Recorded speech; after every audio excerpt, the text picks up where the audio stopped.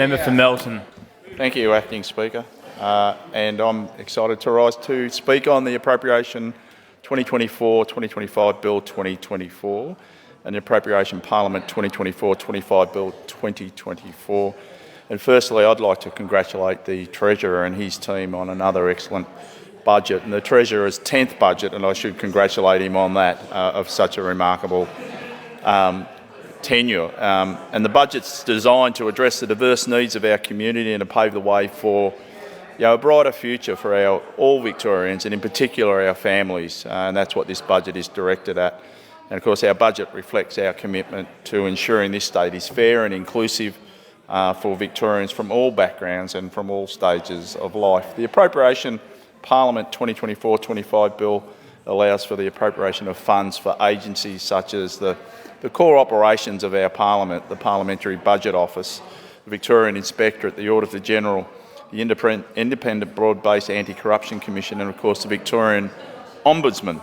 This essentially means that those hard-working parliamentarian staff and our clerks and our catering and the IT people, IT services and many more can be paid.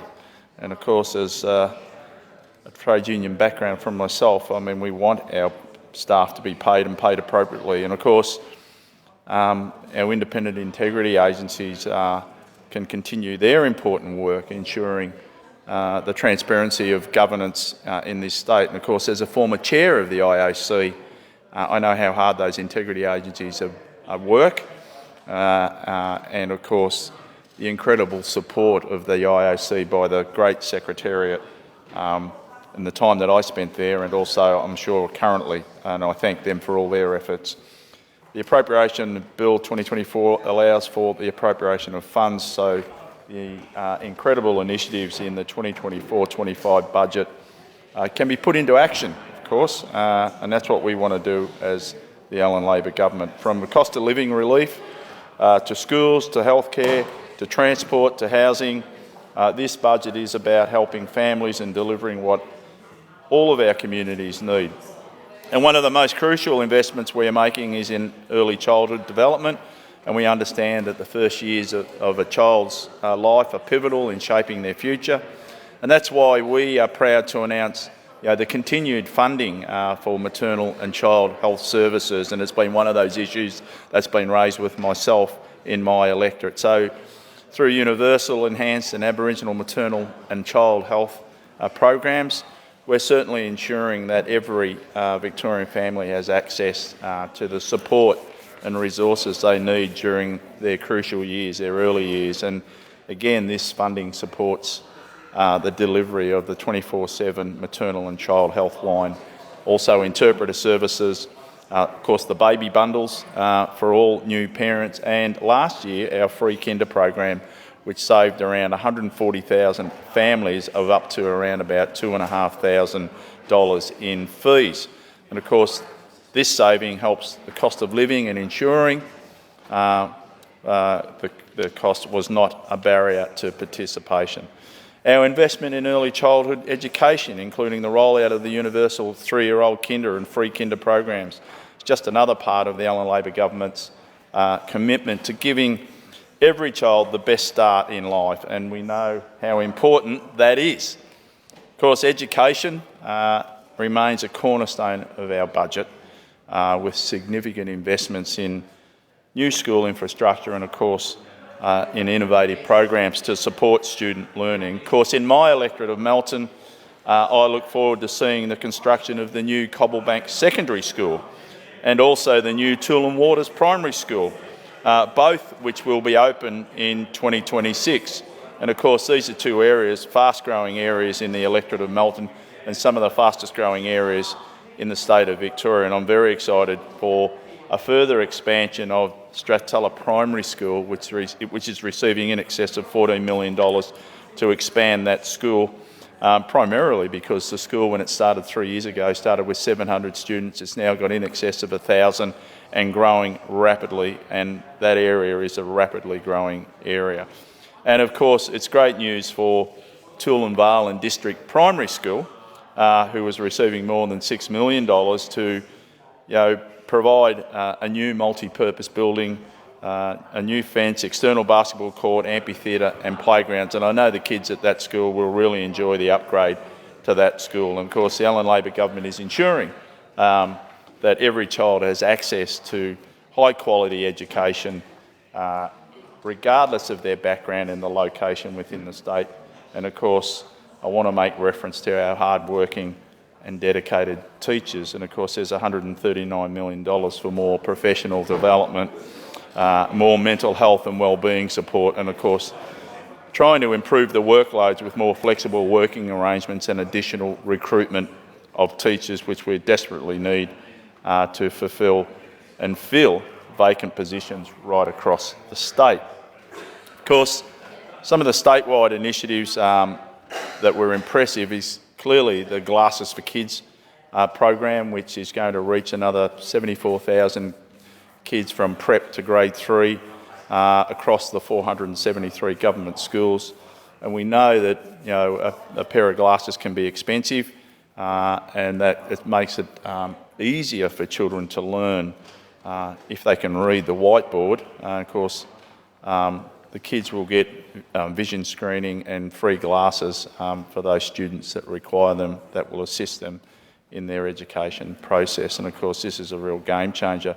The other big one out of the budget was the $400 school saving bonus for every student enrolled at a government school and eligible for those families in non-government schools that hold concession cards.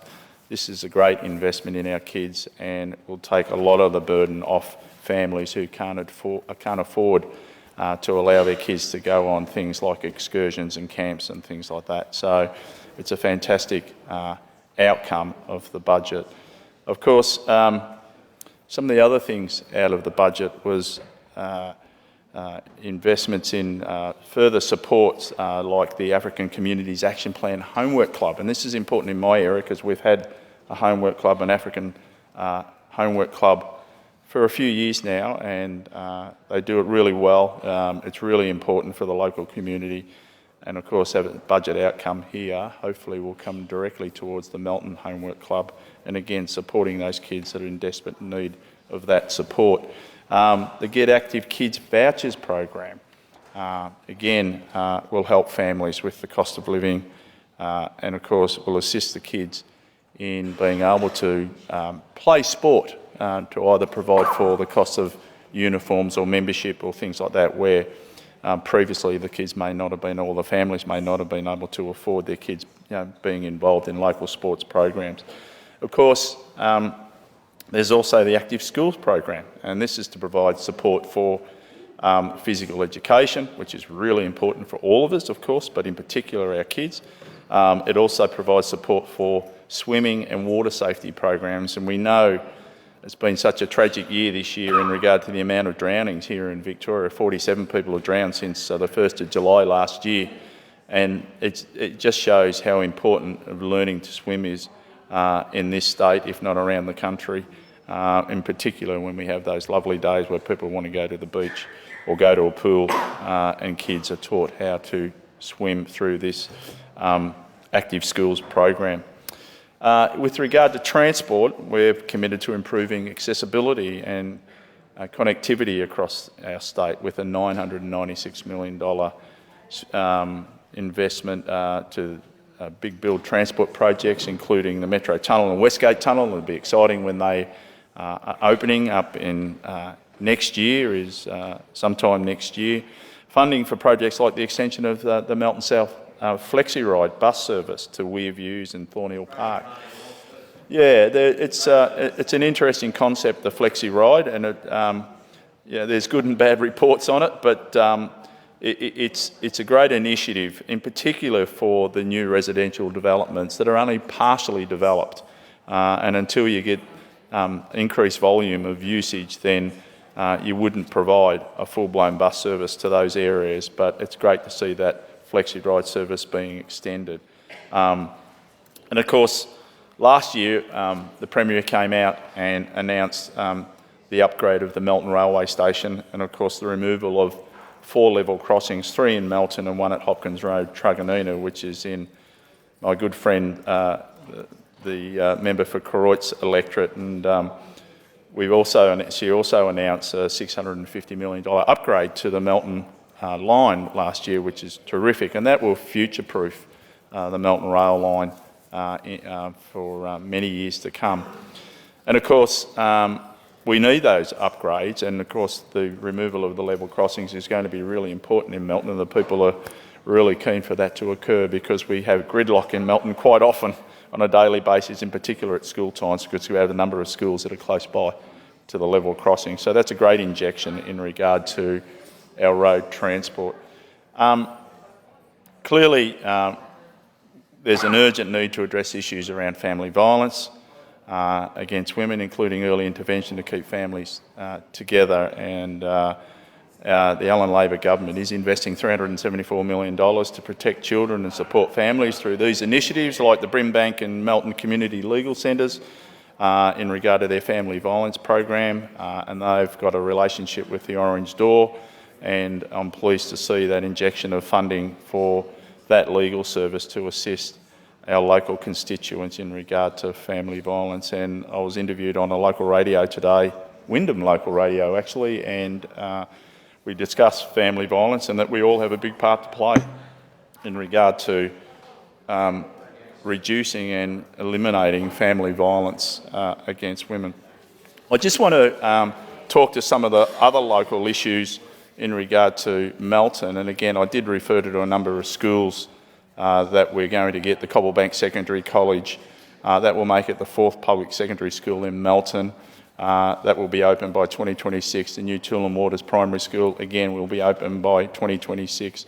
Strathtulloh expansion, which is fantastic due to the growth there. Toolern Vale Primary School, an upgraded Toolern Vale.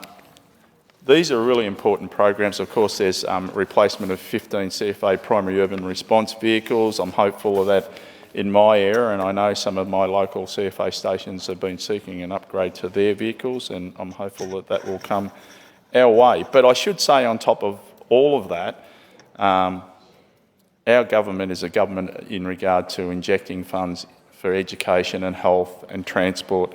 And just in the last 3 to 4 years in my electorate, we've opened 4 primary schools with another 2 to come by 2026.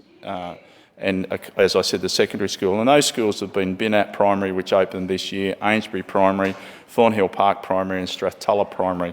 So to suggest that the state Labor government, the Andrews, Allen Labor governments have not injected money into education is just a complete falsity by those opposite. And we are supporting many of our schools, and there's many schools in my electorate that have received funding for upgrades, and I'm pleased of that. Kurrajong Secondary College, Melton Secondary College, Melton South Primary School, St Lawrence of Brindisi Primary School, Melton Christian College, St Francis College have all received money, funds from our state government, the Allen Labor state government, for upgrades in their facilities. And of course the Aliman College has received some money for traffic management to provide a pedestrian crossing near their school.